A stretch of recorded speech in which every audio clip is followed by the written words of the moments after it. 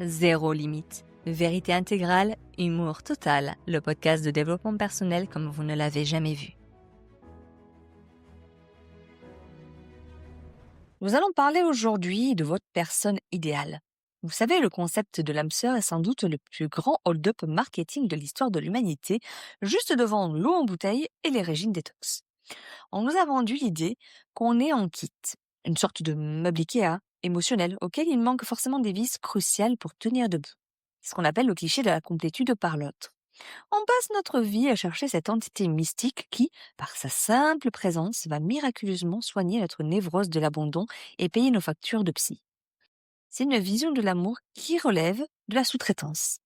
On externalise notre bonheur à un tiers qui, le pauvre, n'a déjà pas fini de gérer ses propres traumatismes d'enfance. On cherche un sauveur, mais on va finir par recruter un bouc émissaire sur lequel on va pouvoir jeter la faute dès que la réalité de la vie quotidienne va venir ternir le vernis des premiers rendez-vous. Je parie que tu connais cette liste-là que l'on fait dans notre tête, une liste invisible, ou peut-être même écrite dans un cahier à paillettes. Il doit être drôle, mais sérieux, musclé, mais spirituel. Tu vois où je veux en venir? Riche, mais pas matérialiste. Donc, tu cherches une chimère, tu cherches un avatar de jeu vidéo. Tu es là, sur les applis, tu swipes comme si tu faisais tes courses chez un traiteur de luxe. Et dès que le gars a le malheur de porter des chaussettes avec des sandales ou de ne pas aimer le quinoa, tu te dis « C'est un signe, ce n'est pas lui. Le mien, il est parfait. » Mais tu te rends compte de l'absurdité.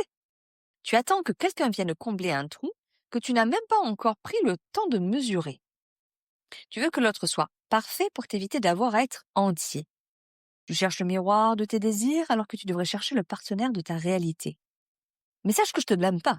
On est tous piégés dans cette attente du grand soir. On se prépare, on s'arrange, on met nos plus beaux masques pour la première rencontre. On joue une pièce de théâtre où on essaye de deviner ce que l'autre veut voir. On passe notre temps à scruter le moindre geste, la moindre parole pour vérifier si ça match.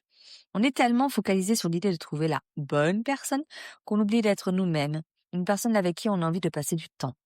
On finit par vivre des relations de substitution, où on essaie de faire entrer des gens normaux dans des moules trop étroits pour eux. On s'épuise dans cette quête de l'idéal en oubliant que la seule personne qui ne nous quittera jamais, c'est celle que l'on évite de regarder dans le miroir chaque matin. Alors mon message, zéro limite. L'externalisation de ton bien-être est la fin de ta souveraineté. La personne idéale n'existe pas pour la simple raison que tu n'es pas une moitié, mais une unité. Chercher quelqu'un pour se sentir complet, c'est une stratégie de parasite, pas de souverain. Ta responsabilité est de cultiver ta propre densité, ton propre jardin, ton propre royaume, afin que la rencontre avec l'autre ne soit pas une question de survie, mais de célébration. L'outil que je te donne, l'outil d'autonomie. Dès que tu ressens un manque, que tu attends de l'autre, attention, réassurance, valorisation, note-le. Puis, demande-toi, comment puis-je m'offrir cette dose précise de valeur par mes propres actions aujourd'hui? L'amour commence là où le besoin s'arrête. Alors, sois ton propre centre de gravité. Pense à liker, à t'abonner, à noter. Et moi, je te retrouve pour un prochain épisode demain.